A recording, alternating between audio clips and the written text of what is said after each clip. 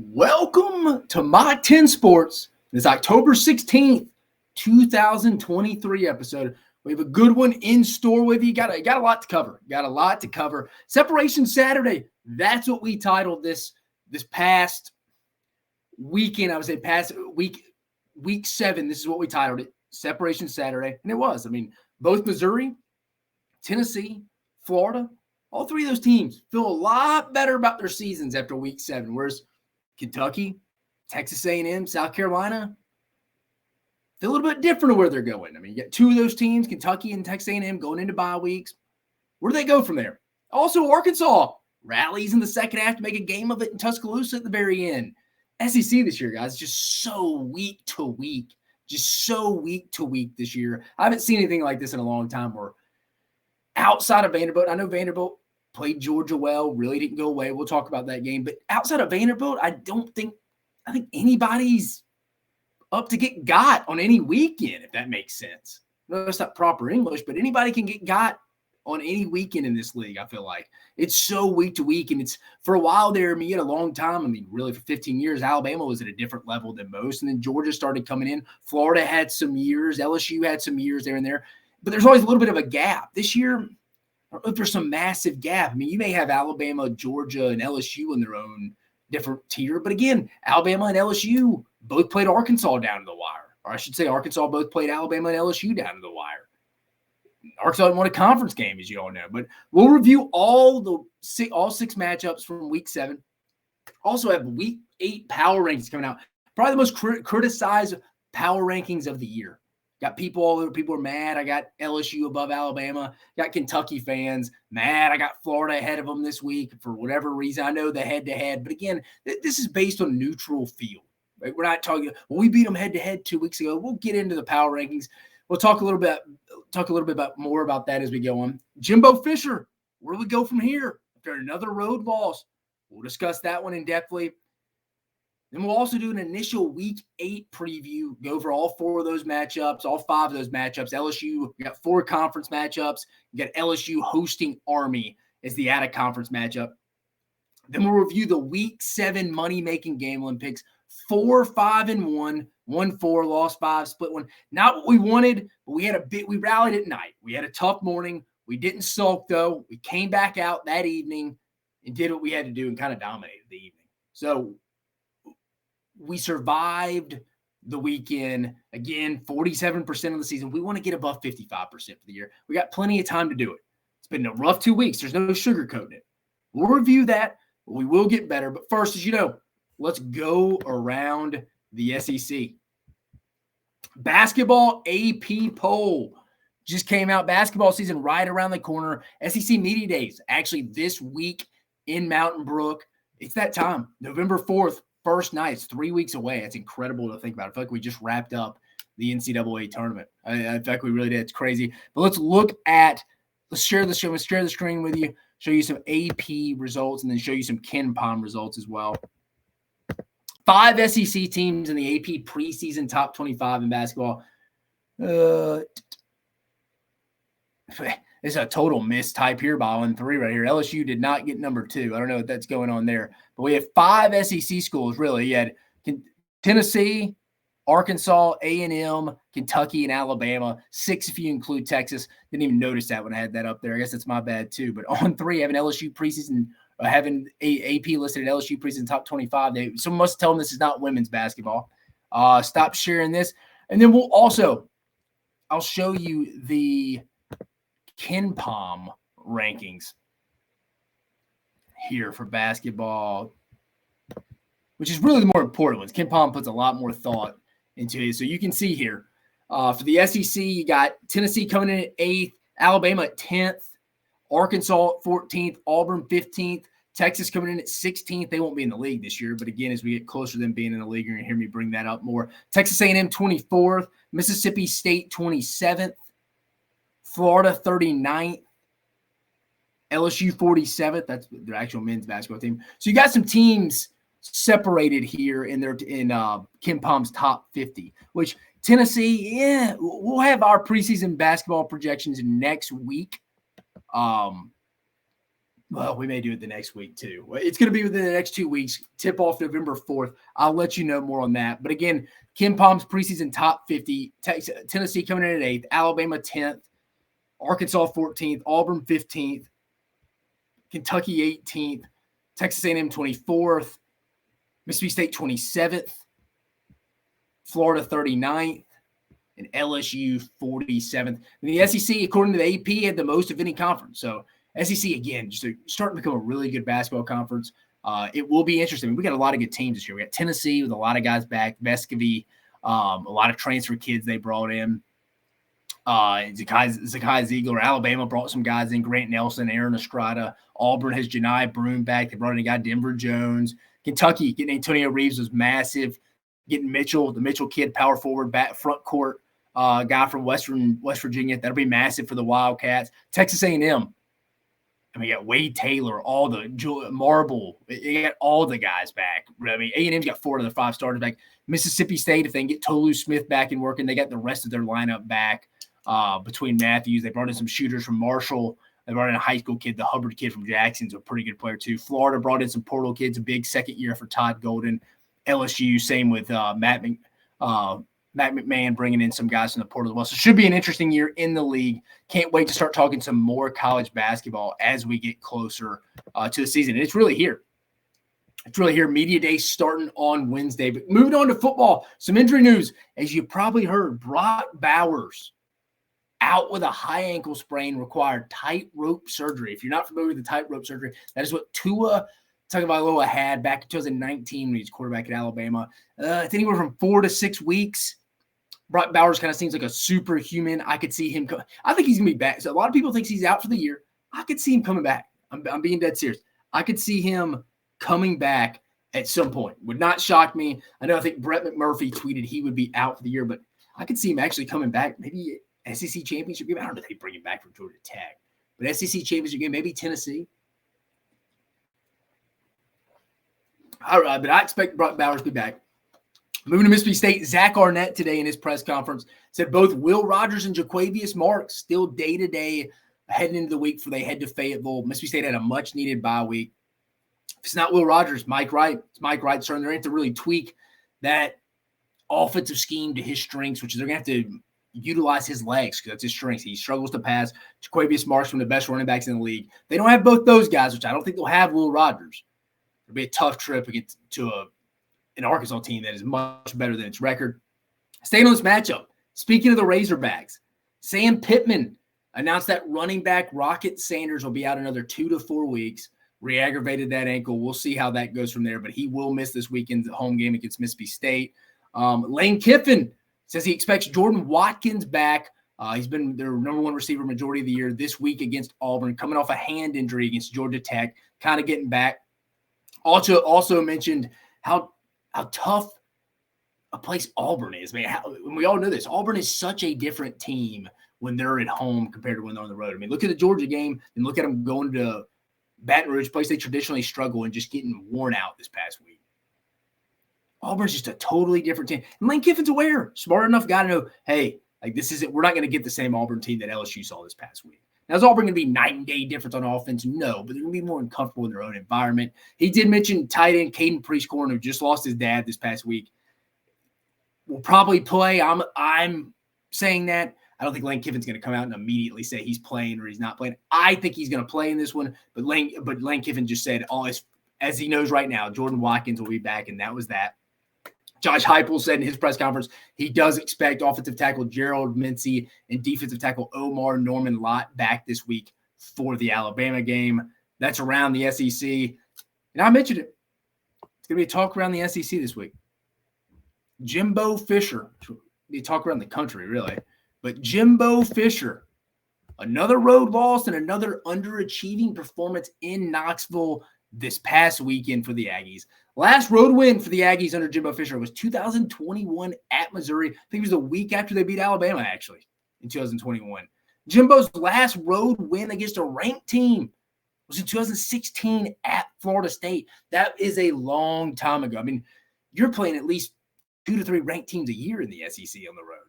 Just can't get it done. And I get it. Winning on the road is hard. There's no question about it. Hear me out. But when you have had that kind of a losing streak in true road games over the past 2 years, that's a culture thing. That's more than just, hey, the ball didn't bounce our way. That's a culture thing, just an undisciplined culture to be exact. I mean, I'm looking at it, 11 penalties, 2 turnovers, and a poor special teams decision that was responsible for 7 of the 20 points that Tennessee scored this past week. Tennessee only scored 13 offensive points. It's just undisciplined stuff. You're not going to win on the road doing stuff like that. It's just the same undisciplined acts on a weekly basis. Add in, this is the 4th straight week that an opposing team has scored without the opposing team's offense being on the field. Auburn runs a fumble back defensively for a score. Arkansas had a pick 6. Alabama had a safety. And then the special teams blunder this past week that I don't even know why you kicked it to them. We'll talk about that when we're previewing that. Those are the things that get you beat. 4 straight weeks that the opposing team has scored without their offense being on the field against Texas A&M. That can happen. The sad part is Texas A&M doesn't even have to play perfect or even great to win some of these games. They're right there against Alabama and Tennessee. It's just the little things they can't get done, whether at home or away. I mean, I know we're talking about a lot of the away games, but even the home games too. It's just the little stuff like that. They don't have to be great. They don't have to be 2019 LSU, 2020 Alabama. They just have to limit a mistake or two. Because Alabama and Tennessee have their issues as well. But this also just, forget about just on the field stuff. This bleeds into the building. The structure is not where it needs to be when you factor in they have all the resources at their fingertips, at their hands.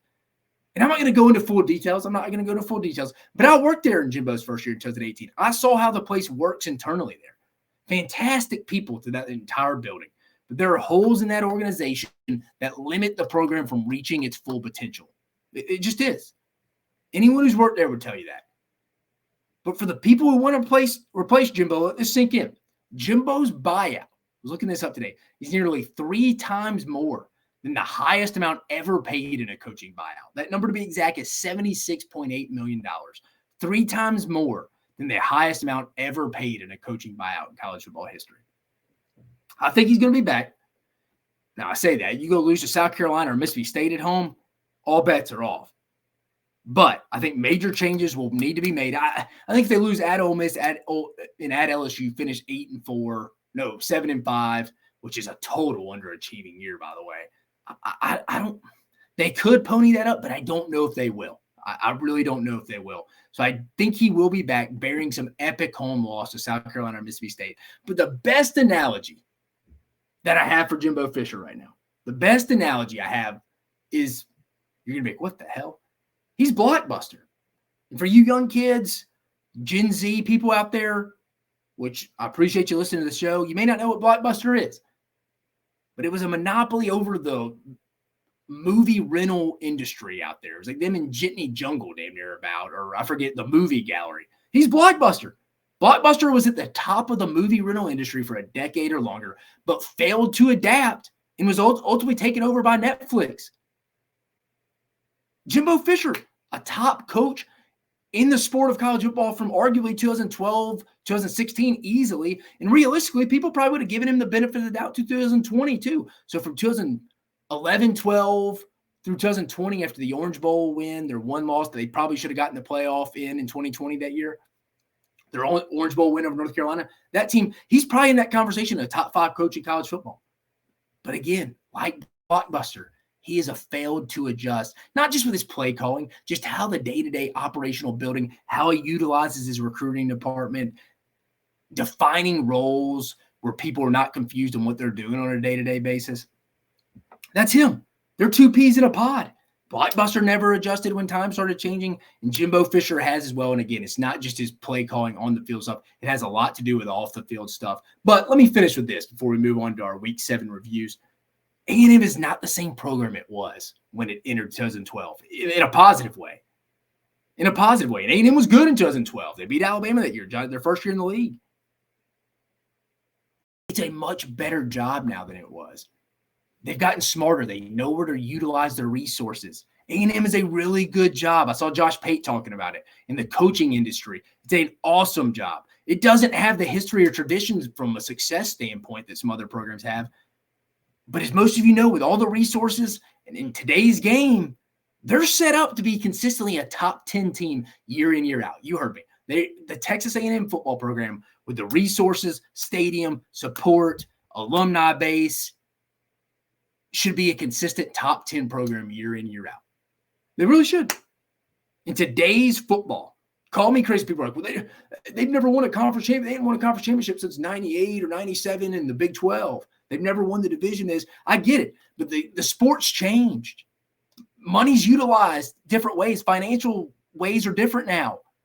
This is different. A&M is a consistent top 10 program if you get the right guy in there, because they're willing to spend money and they're a loyal fan base. But again, I'm just saying right now, Jimbo is going to be back next year. Given he doesn't lose to South Carolina or Mississippi State at home, he loses one of those again, all bets are off. But he's going to be back. But again,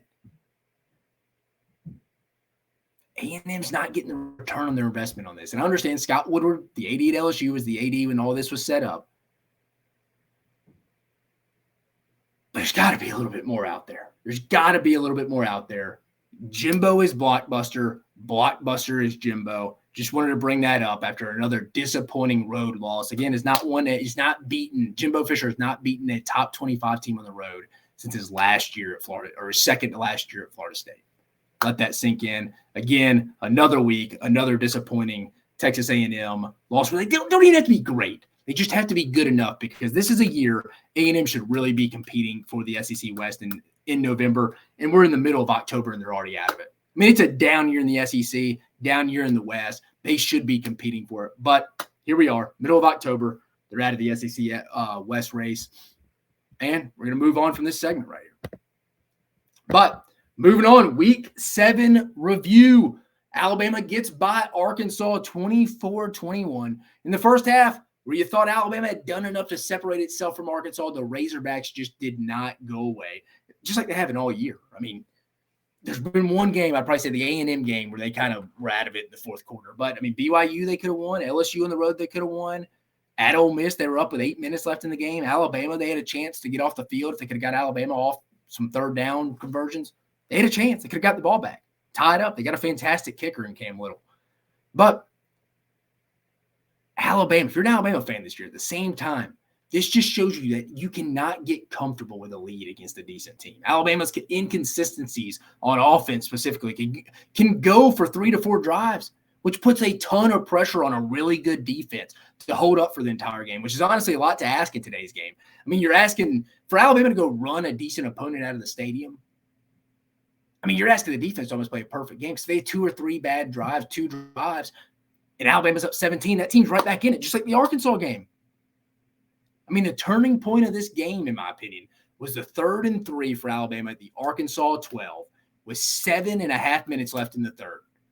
Alabama just driven into the Arkansas red zone with a predominantly consistent run game on that drive. Roydell Williams had 2 runs of over 15 yards, with one going for 34, and Jam Miller had a 19-yard run himself.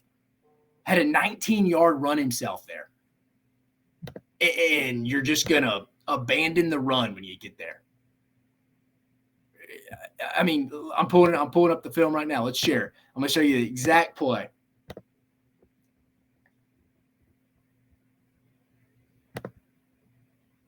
All right, here we are. 3rd and 3, Alabama up 21-6, as you can see. 8 minutes left in the third. Alabama goes up 28-6. It's good night. It's good night. It's good night. Arkansas is ready to get home. They've been on the road for 4 straight weeks. It's good night. Settled for a field goal. Feels a little different, 24-6. Feels a little different. Alabama has ran it down their throat. Remember, they've had 3+ plays of 15. They've had 3 runs of 15 yards or more. But here you go. So a big nothing play on 3rd and 4. Yale Monroe just takes the snap. They drop into his zone. Remember, you're in the red zone, so it's condensed. And again, he doesn't really throw a lot of receptions, and he knows that. He didn't want to do that. Just set up a field goal. And the announcers were like, he's booing. Why are the fans booing him, throw it away? They weren't booing him, throwing it away. By the way, ESPN's announcers now are so bad. It's like they're drawing out of a hat. They were booing the play call. No one's booing him, throwing it away. He made the correct decision there. But then, this is the other play I want to throw here. It up right here. It's at 3rd and 8. Alabama can get off the field here. It's probably over 2. But Jalen Key gets a personal foul call here extends the drive. Arkansas goes on and scores on their next two drives, and, hey, we got a new ball game in the fourth quarter. I mean, conservative play call. Arkansas is about to go punt, 3rd and 8. It's about to be 3rd and 5 or 4th and 5, 4th and 6. It's over. Drive's over. But let's key our man right here. Let me get the mouse. Oh, sorry. We'll go back on that. Hold on. I'm trying to find it for you. There we go. All right. You see him right there? Jalen Key, the UAB transfer, comes down and just doesn't know when to stop. Got a little face mask in there. So come on, man. You can't be doing that stuff. Extend a drive. You got off the field. That's the stuff that just fires the head coach up. That stuff right there. So those are two key plays I thought in the game that kept Arkansas in the game. Those two plays right there. The ability to not run the ball in 3rd and 3 when you ran it down their throat the whole drive. And then the personal foul call in 3rd and 8 when you were off the field. About to get the ball back. Again, those are things Alabama's going to have to get better. Arkansas, though, just does not go away. They're like that kid in the summer just comes knocking on your door all the time asking to cut the grass each week. And you ultimately finally let him do it. Just does not go away. I do not know what Arkansas wants to be offensively. Just so conservative. Even that 3rd and 8 we just talked, they ran just a simple zone read into the boundary. And yeah, they were just willing to punt down 24-6. I mean, the first down play calling by Dan Enos was terrible. 7 first downs in the first half, and 1 play went for 5 yards or more. That's awful. It's setting KJ Jefferson in that offensive lineup for failure. 7 first downs. They had 7 first down attempts in the first half with 1 play going 5 yards or more. That's bad, man. That's bad. The Arkansas defense, though, very much improved unit, shorthanded to an extent, but how about Landon Jackson, about 3.5 sacks on his own? The LSU transfer done a phenomenal job. But going back to Jalen Milroe and the Alabama offense, I went back, watched all 21 of Jalen Milroe's passing attempts in this game. And it's amazing how he looks really comfortable, consistently throws a good deep ball. But then 2 or 3 drives later, he looks like he's taking his first few college snaps, missed throws, late throws, forgetting about the play clock, not throwing the ball away and taking a 2-yard sack, stuff like that. Speaking of sacks, Alabama's offensive line not played great. 7 straight games with 4+ sacks given up in a game. All 7 of Alabama games, with them being 6-1 right now, they've given up 4 more sacks in all those games. How does that happen? That's bad, man. That's the first time in 20 years in college football that's happened. 7 straight games, someone had 4+ sacks or more. And Jalen Milroe, he's to blame for some of those as well. He is currently dead last in the SEC getting the ball out of his hands. 3.4 seconds to be exact. For reference, the number 1 quarterback in the league at getting the ball out of his hands is Carson Beck, Georgia's quarterback, at 2.38 seconds. Remember, this is the average time the ball gets out of the quarterback's hands in a drop back situation, an obvious passing situation. Jalen Milroe's last. 3.4 seconds he's holding on to the football. It's last in the SEC. That's the reason these sack stats are so high. And like I said, for reference, if you're well, 3.4 seconds. The number 1 quarterback in the league, Carson Beck's at 2.38. The Alabama defense, like I said, it had 2 drives in the second half that they gave up some critical downs. But again, I thought they played another good game from top to bottom. 4 sacks and 7 TFLs themselves. It's another solid day. But what's next for both these teams? Alabama, 6-1, 4-0 in the league. It's Tennessee at home before a bye week. Another massive game for both Alabama and Tennessee. Alabama will be looking a little bit for that revenge factor back in Bryant-Denny Stadium after the loss to Tennessee last year. But again, for both these teams, if they not really for Alabama staying in the division race because they could lose this, beat LSU, and still win the West. But for Tennessee, for sure. But for Alabama's playoff hopes, because I don't know if an 11-2 SEC champ, a 2-loss SEC champ, gets in the playoffs this year with the way college football is setting up right now on October 16th. But Arkansas heads back home. You know they got to be. They probably don't even know how to get to their home hotel right now. They've been gone for so long. It's been a month. But they will get Mississippi State at home before a bye week. And Sam Pittman mentioned it today at his press conference. He straight up said, this is a must-win for us. A must-win. I'm going to go talk to my team and tell them how important it is. I don't care how bad Mississippi State is. We need to be, or who's they're playing at quarterback. This is a must-win for us at home. I'm sure they're fired up to get back at home. But again, Alabama gets a 24-21 win over Arkansas at home, and they'll take a conference win. Georgia gets the 37-20 win over Vanderbilt in the Music City. Kirby Smart said Georgia needs to bring its own juice before this game on Saturday. Well, as they say, if you're juiceless, you're looseless, man.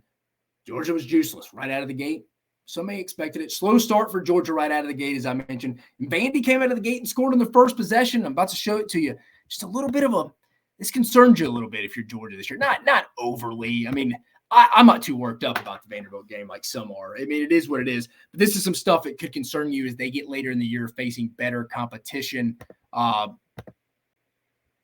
Ken Seals here. Look at Tyke Smith. Tyke Smith.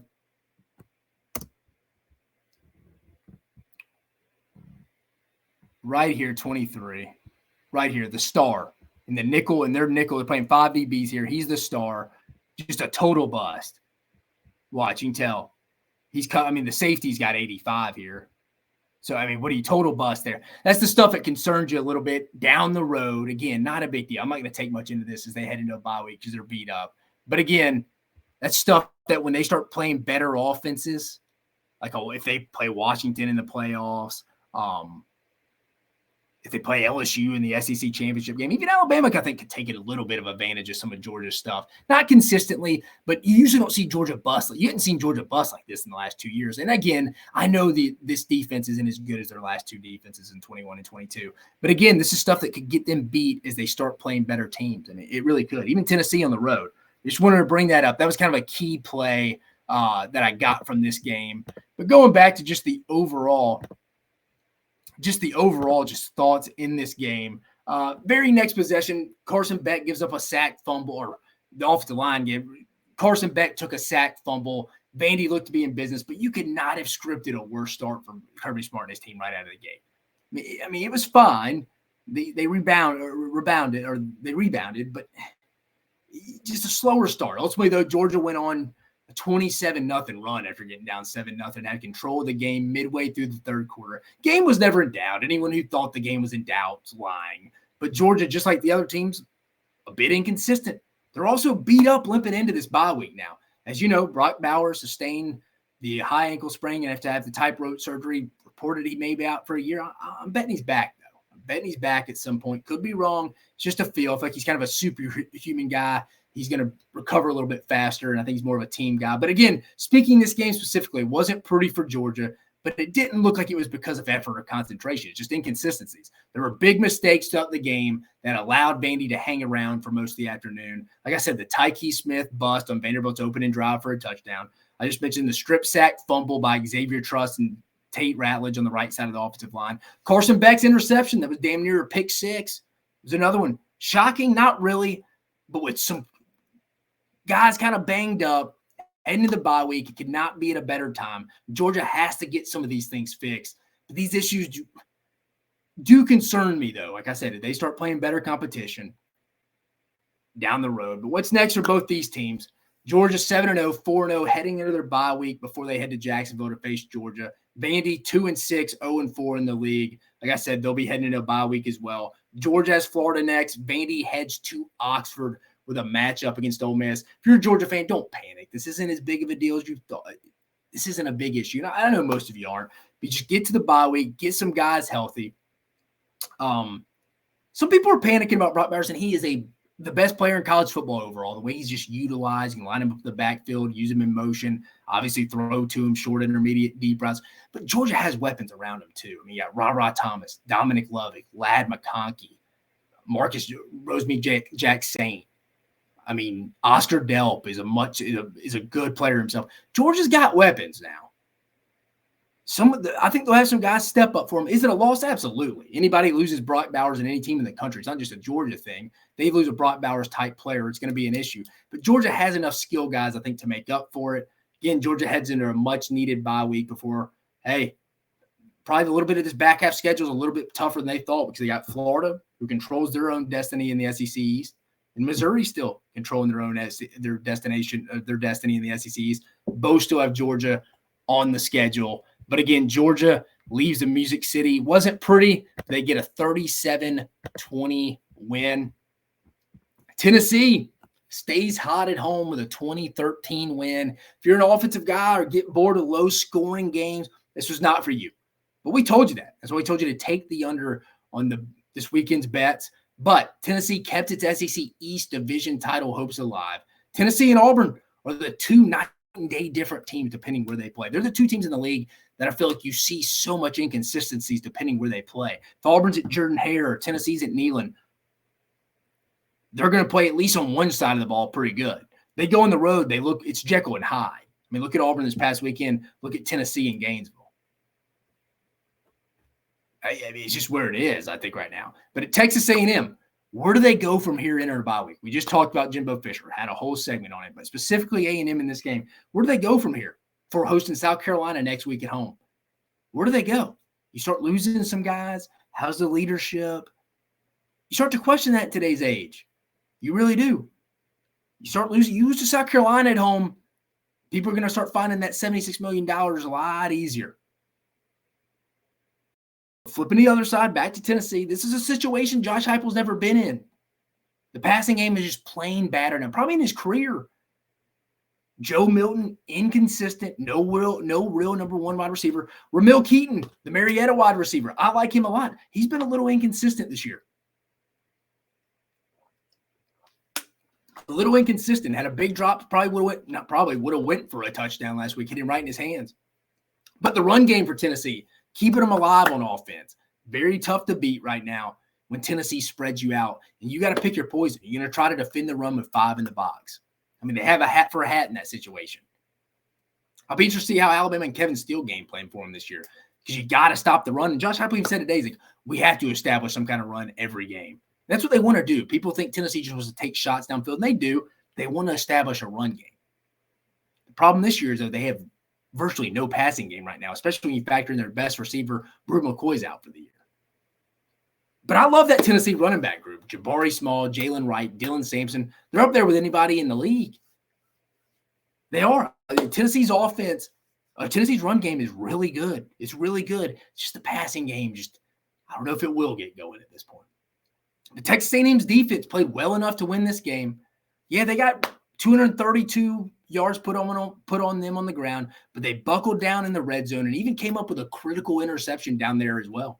Joe Milton with a bad interception, the middle of the field safety. He looked right at him. I don't even know why he threw him. If you go back and watch the film, he's looking right at him. I don't know why he threw it.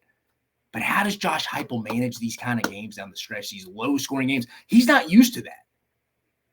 I saw somebody said they overheard him on the field talking to his dad after, I made some bad calls on that. I don't think he knows how to really utilize these timeouts, in-game strategies when he's like, we can't throw for over 100 yards. We just got a run game going. That's it. And our defense, our front's playing really well for us. He's never coached a team like this. They're usually outscoring people. So this is an interesting dynamic for Josh Heupel. But the turning point in this game, I'm about to show you, the punt return for a touchdown by D. Williams was the difference. No clue why Texas A&M's punting to him here. No clue. You can't give me an excuse. Well, I mean, what do you want him to do? You kick it out of bounds. For you people who are just learning football, there's no penalty for punting it out of bounds. And your punter had been struggling all day. Here it is right here. Situation, A&M's up 10-7. 7 minutes left in the third. We're getting to the nitty-gritty in the second half. A&M, I mean, Constantino, his heels are on the back of the end zone here. So you only got probably about a 10-yard cushion. You just tell him to punt it to the left side of the field here. That's what you do. You don't punt it to D. Williams here. You just don't. You don't do it, man. You just don't do it here. This ended up costing you the game. Here. I mean, it's a short punt. You punt it out of bounds. At least it's a short punt. You may hold them to a field goal because their offense is doing nothing. But again, I mean, this isn't even just making – it's just too short of a punt. Backed up. I'm punting it, obviously, because I'm in the back of my end zone, but I'm punting it out of bounds to the left. That's what I'm doing here. I'm going back to the end zone shot here to show you. We're punting it in this area. Right here where my mouse is. You're punting it right here to the left of Constantino's arm right there. You got to punt it. I don't care if they get the ball to 35 right there.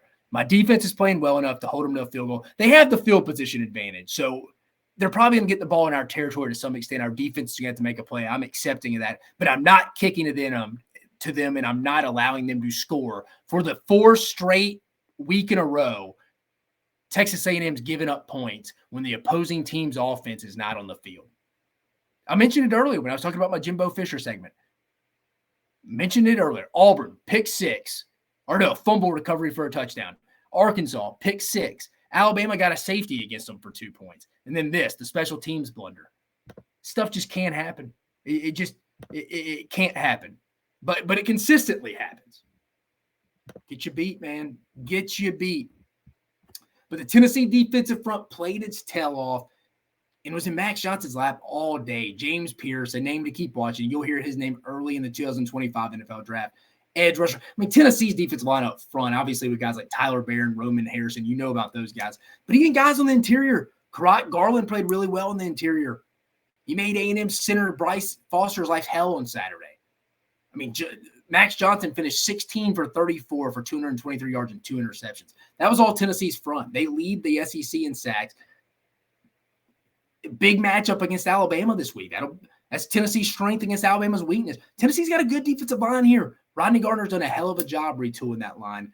It may be a miracle, though, just going back to this game, that A&M is not on their third-string quarterback right now with the way their offensive line is protecting Max Johnson. It's a modern-day miracle, maybe. The Tennessee defense just wreaked havoc on Johnson. Again, 16 for 34, 2 interceptions. They pressured him on 25 of his 39 dropbacks and delivered 11 quarterback hits and 2 sacks per Pro Football Focus.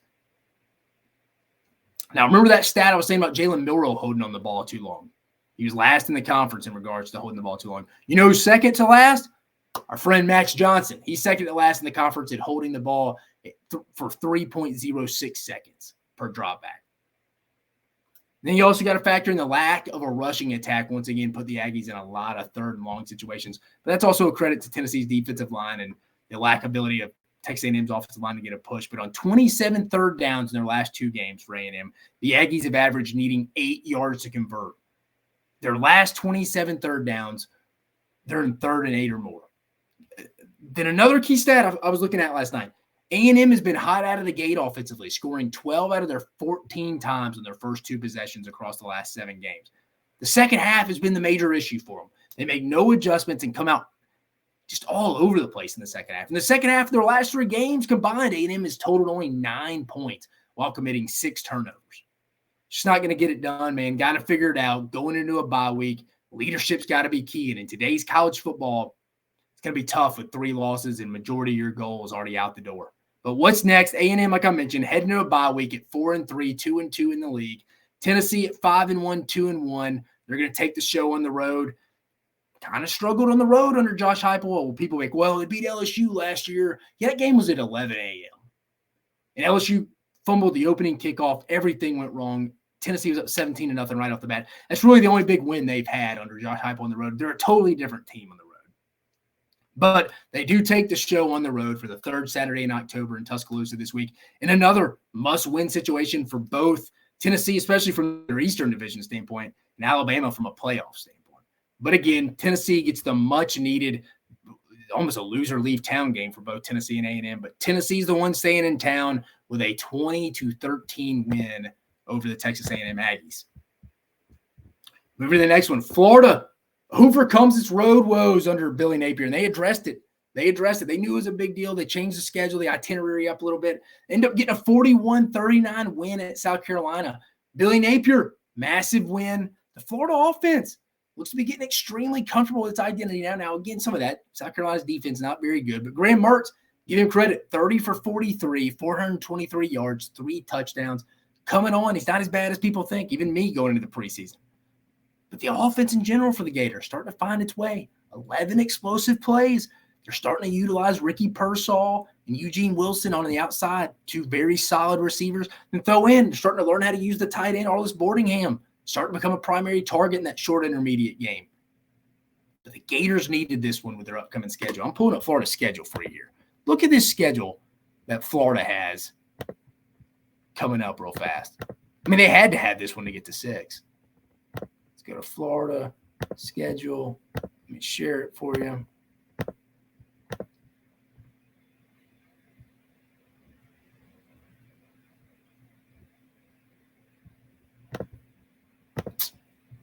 Friends of the SEC Network showing it. So here we go. All right. So, I mean, look, they're already at 1, 2, 3, 4, 5. They need one more win to get to bowl eligibility. They lost that, and they're sitting at 4. They're probably not going to a bowl. I mean, Georgia, it's probably a loss. Arkansas at home, it's a winnable game. They could get that. LSU at LSU, it's going to be tough. At Missouri, it's going to be tough. Then Florida State at home. You're going to have to get that Arkansas win. So that's why Saturday was a must win. a must win. If they could get to bowl eligibility, what Vegas set their over-under win total at 5.5, I think. This game against South Carolina, when they were down 10 with about 7 minutes left, probably save that for you people who went the over. I think they're going to get one more. 2 more? I don't know if they get 7-5. 1 more? I think that Arkansas is the one they can maybe get. Arkansas is maybe the one they could get. But going back to the South Carolina game specifically for Florida, they had to have it. But on the South Carolina side, you have to feel like you just let one away. This year, your third year under Shane Beamer. Your offense played well, too well to lose this game. South Carolina's offensive line played probably its best game of the year, along with running back Mario Anderson starting to find his way. You were up 10 with just minutes left at the crib. Just minutes. At home, if you told Shane Beamer they're up 10 with 7 minutes left at home against Florida, he thinks they're going to win. You can't lose those kind of games in year 3. You just can't. Spencer Rattler, you kind of start to feel bad for him. Continues to play really good football, 23 for 30, 313 yards, 4 touchdowns and a pick. That last pick was him forcing it on the last drive. Not really going to hold that one against him. I mean, you do, but wasn't like he threw the pick in the middle of the game or anything. But both defenses were very unimpressive. Not from really a scheme standpoint, but just from a tackling execution and just angle standpoint.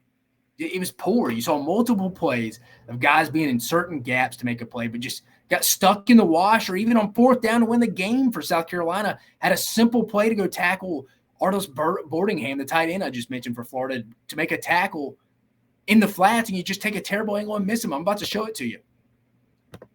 Share it to you right here. Remember, I'm taking a piece, key moments of each game throughout the league in all 6 matchups. I'm going to show it to you. This is the one particular for me. It stands out. Remember, they're up 37-27, 7-14, 4th and 11 at your 49, 59-yard line. Game's over if you get the stop here. Game's over. You're playing good scheme here. There's nothing downfield for them. They dish it out to the tight end here. Oh, my gosh, you over-pursued there, Marcellus Dial. Number 6, the corner coming up for South Carolina. What a bad angle. What a bad angle to take right there. Dude, you got to break down. Maybe not even the angle. You got to break down there. You almost ran right by him. I mean, look at this. His whole momentum's taking him. He just moves back inside and runs right past you. Picks up the 4th down to extend the drive in the game. In the game, that's massive. I mean, this was on Florida's side of stuff too. Just a lot of missed tackles, missed assignments, just getting stuck in the wash. And when I'm talking about the wash, is just getting stuck inside the box. The linebackers just getting washed up inside of the offensive tackles, not seeing it, not being able to anticipate and see what's going on inside the box is what I mean by getting lost in the wash. But just again, throughout the whole game, you saw poor tackling, you saw poor angles, you just saw poor execution. I mean, that's really what it was. You saw overall just poor execution, really by both defenses in this game. But where do both these teams go from here? I mean, if you're South Carolina, it's a tough loss. I mean, South Carolina's after this is 2-4 overall, 1-3 in the league. They head to Columbia, Missouri this week, a team they just struggled against. I mean, Shane Beamer's 0-2 against them so far. Drink has his number. 2-4, 1-3 in the league. That's your next 2 games are on the road at Missouri and at Texas A&M. It's going to be tough. Florida, 5-2, 3-1 in the league. The SEC East at its fingertips. Now, are they probably going to beat Georgia? No. They're going to a bye week. They got 2 weeks to go put together a solid game plan. In these last 2 weeks, call me crazy. We're going to go over the power rankings. People are killing me for putting Florida over Kentucky.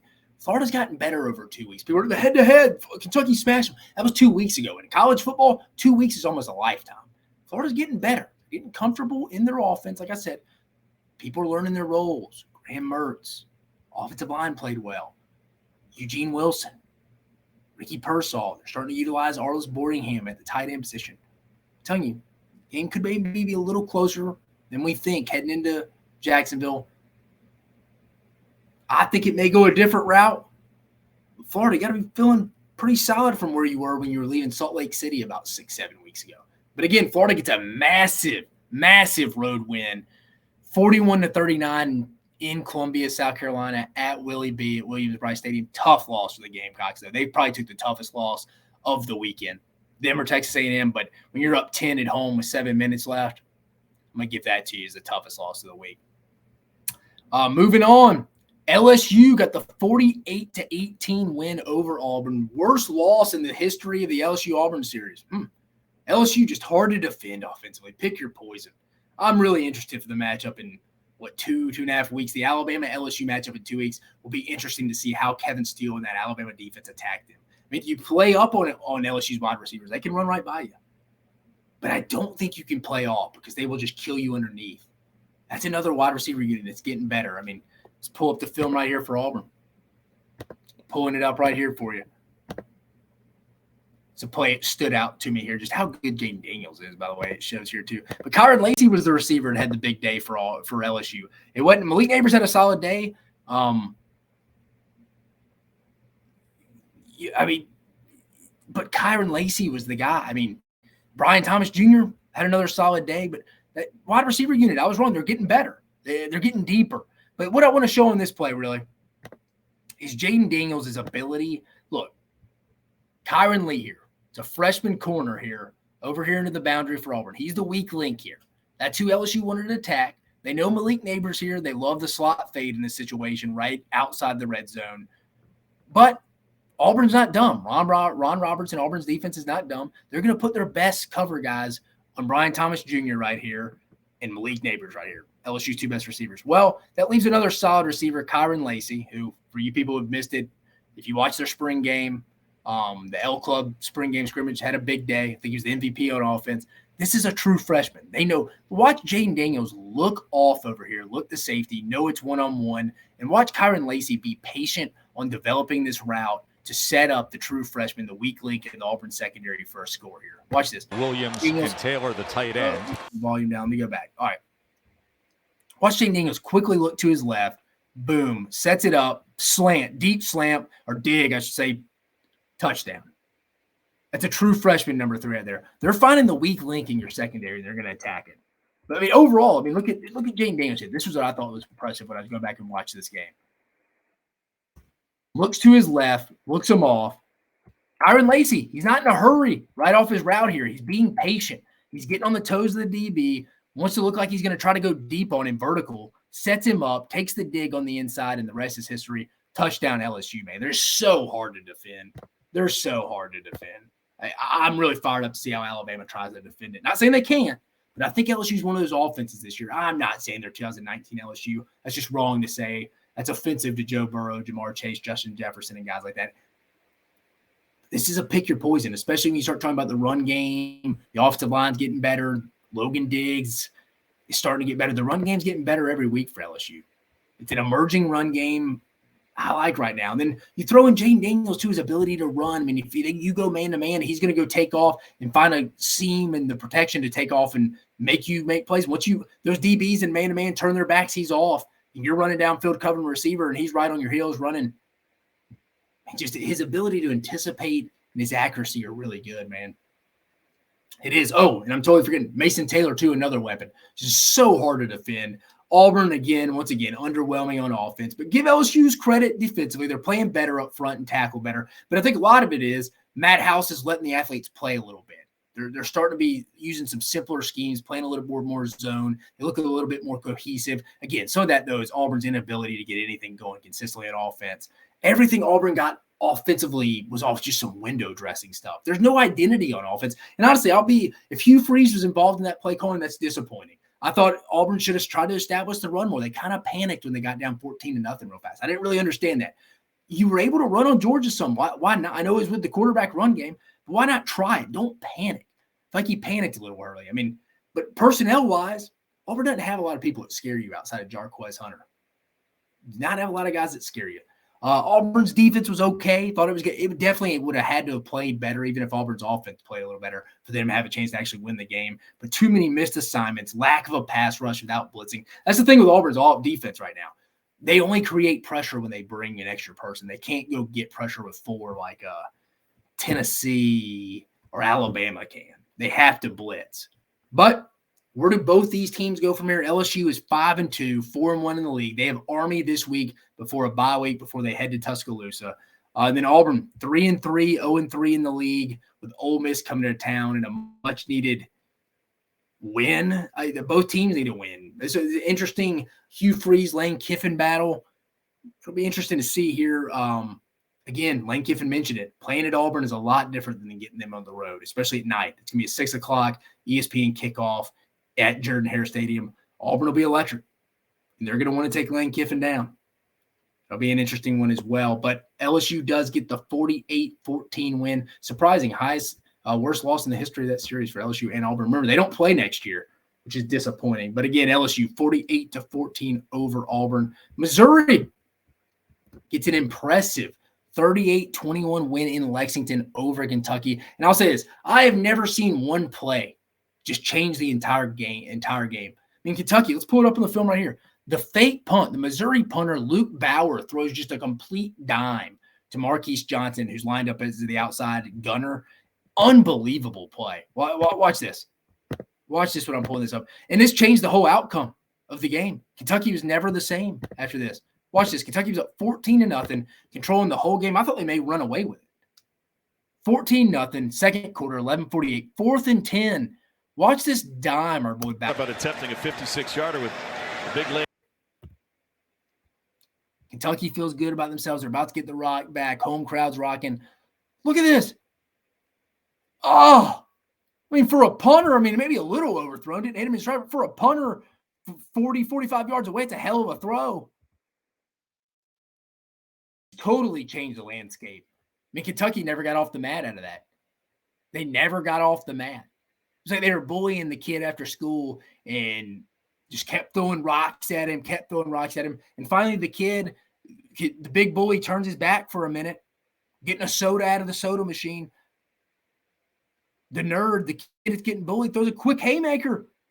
He gets knocked down. He never gets back up. He never bullied the kid again. Weird analogy, I know. That's just kind of how it felt. The game was over after that.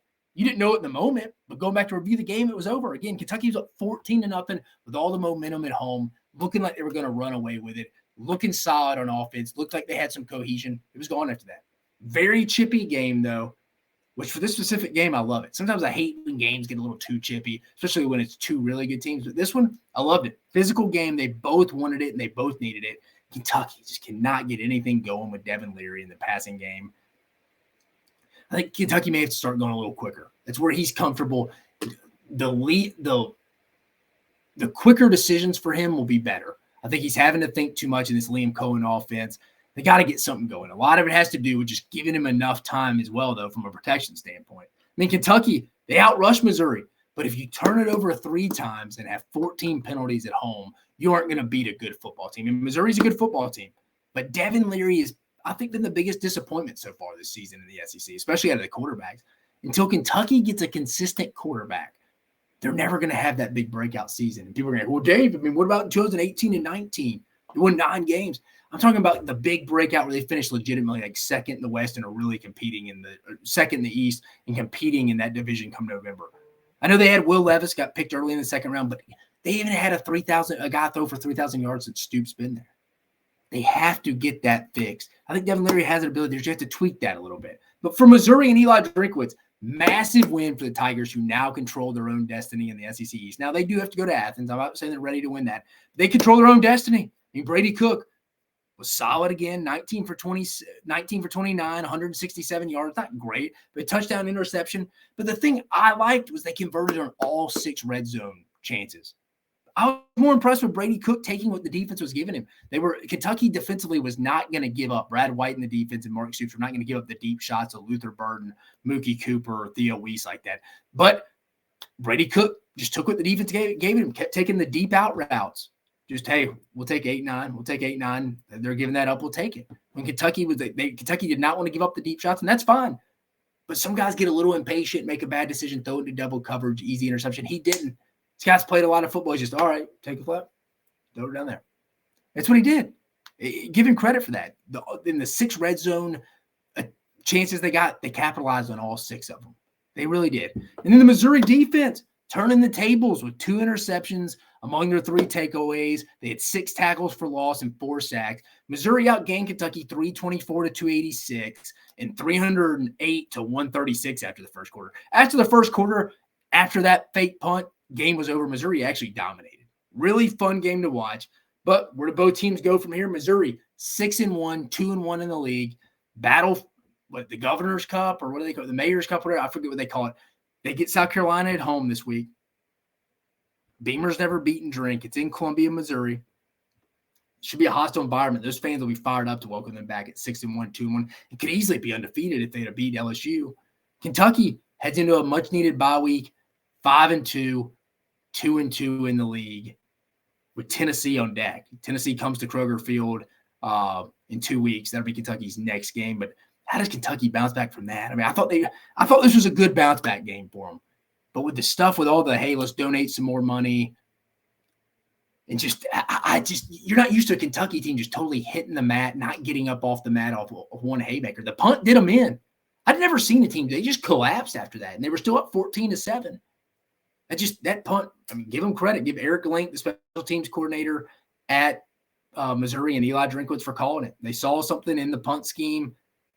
They took advantage of it. Great pass by Luke Bauer. Marquise Johnson capitalized on making the catch.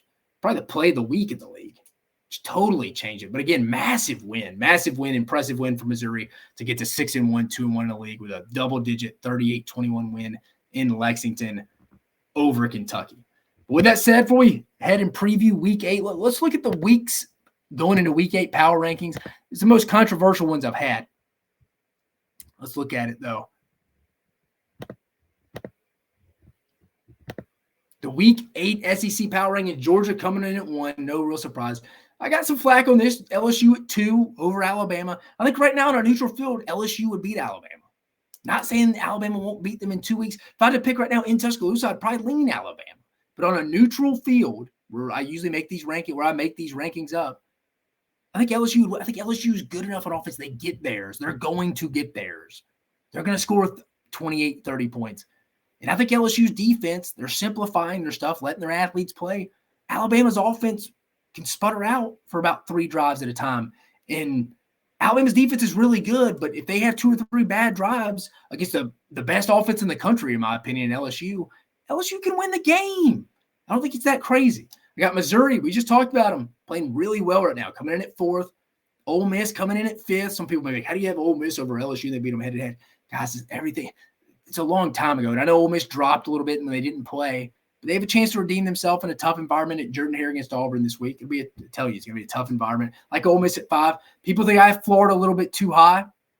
I think they've improved some of the last 2 weeks if you actually go back and watch the film and not just look at box scores. Tennessee, I think at 7. The defense is carrying unusual situation, like I mentioned, for Josh Heupel. How's he going to manage this? Hey, this is an offense we struggle to throw for over 100 yards, but hell, we'll run for 250 on you. They need to get better in the red zone because teams are going to make, we'll let them run in between the tackles to the 20. We'll hold it. We'll hold them inside the red zone and just field goals. Something they're going to have to get better in the red zone, but it's a unique situation for Josh Heupel because they're leaning on their defense, which usually he's having to outscore people. A&M coming in at 8th. Where do they go from here? Much needed bye week. Kentucky, similar to A&M. They're coming off 2 rough performances after looking good against Florida 2 weeks ago, number 9. Arkansas, maybe the worst team in the country. Josh Pate again brought it up today. Would Arkansas win the Big Ten West right now? I think so. I think they're better than Iowa or Wisconsin. I think they probably win that Big Ten West right now. But they have a must-win against Mississippi State this week. Arkansas, a feisty team, dude. They could have just beat BYU. I think the Arkansas faithful feel a lot better, and Sam Pittman doesn't feel that warm temperature on his rear end. They just beat BYU. I think the thing that pisses Arkansas fans off is losing the non-conference games the last 2 years at home to Liberty and at home to BYU this year. They can handle losing at LSU, at Ole Miss, and at Alabama in close fashion, and even A&M. But losing to BYU to home, that stings. Coming in 11th, South Carolina, just outside of Spencer Rattler. Offense played well enough, should have won the game. Defense just taking its toll. Bad angles, missed assignments, terrible tackling. Auburn coming in at 12th.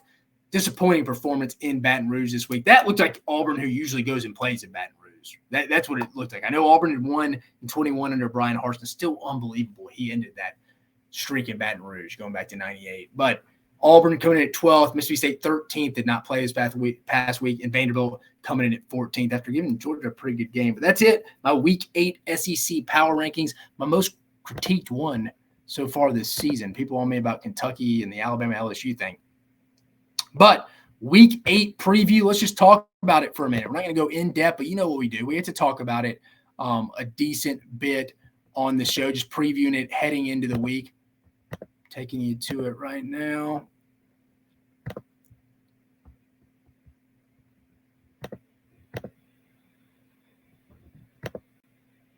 But it's the Week 8 this is this week's schedule, but 11 a.m. Central Standard Time Zone kick, Mississippi State at Arkansas on ESPN. Both these teams need it. Both teams need a conference win. Mississippi State coming off of a bye week. Are they going to be rolling in with Mike Wright at quarterback? Who knows what Jaquavius Marks play? We'll find out. Arkansas, Sam Pittman already said it's a must-needed win. They haven't been home in a month. I'm sure they'll be fired up to be at home. 2:30 p.m. Central Standard Time Zone kick, the CBS game of the week, Tennessee at Alabama. You may know it is the third Saturday in October. Both teams need it. Tennessee needs it to stay in the SEC East race. Can they perform well on the road? Alabama needs it for the college football playoff race because I don't think a two-loss SEC champ gets in this year the way it's going right now. Who can limit the most mistakes in this game? It's kind of because they're both mistake-prone, penalty-prone. And Tennessee had 11, 12 penalties at home this past week. It'll be interesting to see with that one. South Carolina at Missouri, 2:30 p.m. Central Standard Time. Kickoff on the SEC Network. I mean, Missouri's playing really good right now. I would be shocked if South Carolina won this game. I know it's early in the week.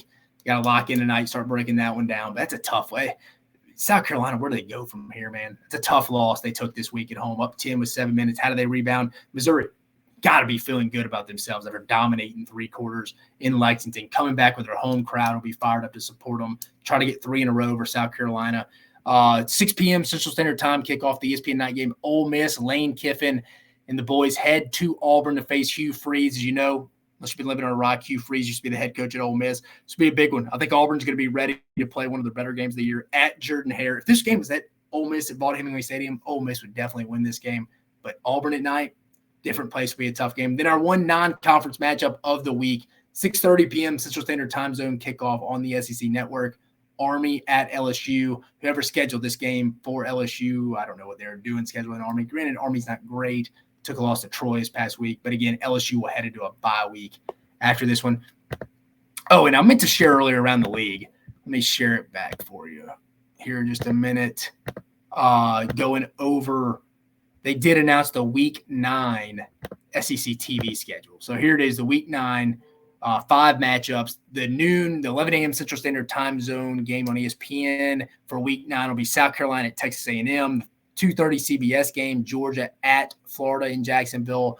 The 2:30 SEC Network game, Mississippi State at Auburn. The ESPN night game at 6 p.m. Central Standard Time Zone, Tennessee at Kentucky. And then the SEC Network night game, Vanderbilt at Ole Miss. The SEC announced today the Week 9, October 28th schedule.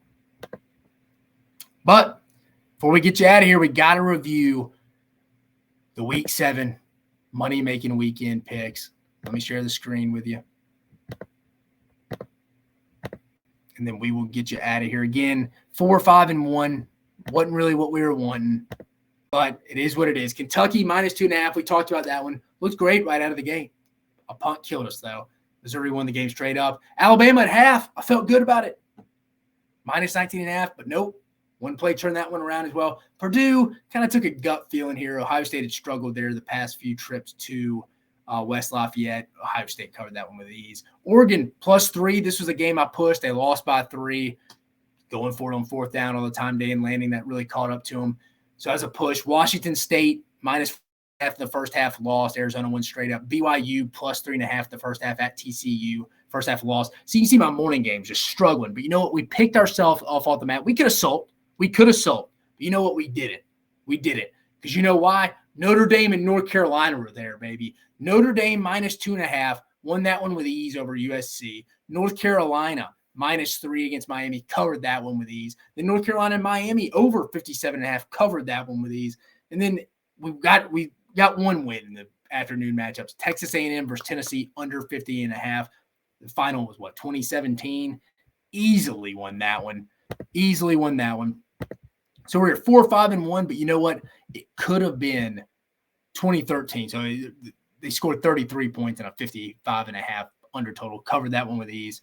But again, in a week where it could have got really bad, we salvaged it with our afternoon win, A&M, Tennessee under 55, and our nightcaps with Notre Dame, North Carolina, and the North Carolina-Miami over total. But again, Separation Saturday was a good one. We got another good Saturday coming up, and I'm going to give you all those previews on Thursday's episode. We went around the SEC. We talked about the AP poll, the KenPom poll. It's SEC Media Day week for basketball. Basketball season November 4th. That's the first matchup, first night of games in college basketball for the SEC. We talked about Jimbo Fisher. Where to now? He's like Blockbuster. He's like Blockbuster officially to me. That's the analogy I used. Blockbuster never adapted at the time. Netflix overtook them. Jimbo Fisher from 2011 to arguably 2020 was considered a top 5 coach in the country. Just hasn't adapted, not just on the field, but off the field and how he utilizes his staff as well. We reviewed all the 6 matchups in the SEC in Week 7. We gave you my Week 8 SEC power rankings. We reviewed the money-making weekend. It's been a rough 2 weeks. This is it. I'm feeling it. The Week 8 is where we're going to get back on track. We're not losing a game. We're not losing a game.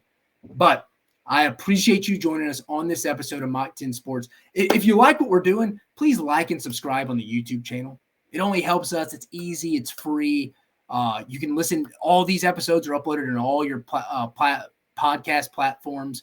And again, rate, review, give us whatever you want. Whatever you want. You're the customer. We'll give it to you, man. But I hope you're enjoying the content we provide to you. A guy that worked in the college athletics, college football industry for 10 years. I hope I can bring some insight to you. But again, I appreciate you joining us on this episode of Mach 10 Sports. You have a great week.